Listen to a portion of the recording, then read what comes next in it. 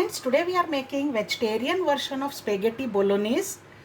This is usually prepared with meat, but we are replacing meat here with other items, vegetarian items, to create the similar umami effect. Let us see this wonderful recipe. We begin with boiling the spaghetti. So boil lots of water, and to that add 1 teaspoon salt or maybe more. Next I am adding about 250 grams of spaghetti. Don't break the spaghetti. As it gets cooked at the bottom, it will automatically slide in. While these are half done, I am also adding 4 medium sized tomatoes so that they will also get blanched simultaneously. The spaghetti is well done. It's al dente, so that is last one grain has remained uncooked. So let me drain this. Turn the flame off. Fish out the tomatoes first. Drain this. Do not discard the water in which we had boiled the spaghetti. Let's transfer this to a plate so that they cool down quickly, and drizzle some olive oil on them. About 1 teaspoon.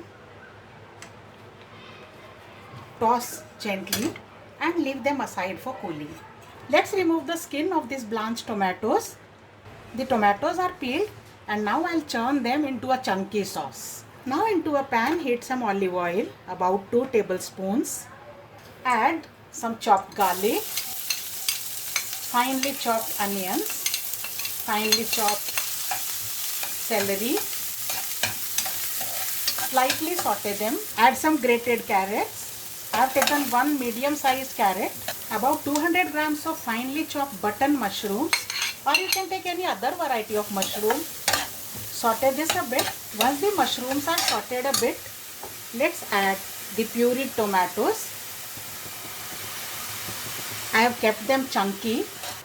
I am adding 1 cup of water from the boiled spaghetti which we had reserved. And now the time to season it. Salt as per taste, and some fresh coarsely ground black peppercorn. Tear in lots of fresh basil leaves. You can also add parsley if you like. The sauce has come to a nice boil and it has got a good consistency. So let's add the spaghetti now.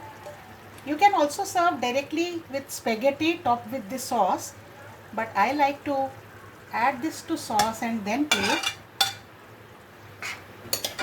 so that it get wrapped up in the sauce a bit. I don't want to cook the spaghetti too much with the sauce, so just marinate it a little and now turn the flame off. Let's plate. Let's place some spaghetti in the center first. Twirl them a little to give them a good shape, and now place some sauce around it together with the chunks. And this is ready to enjoy. For a final touch, just garnish with a sprig of fresh basil, and that is enough. I'll see you with more recipes, friend. Bye for now.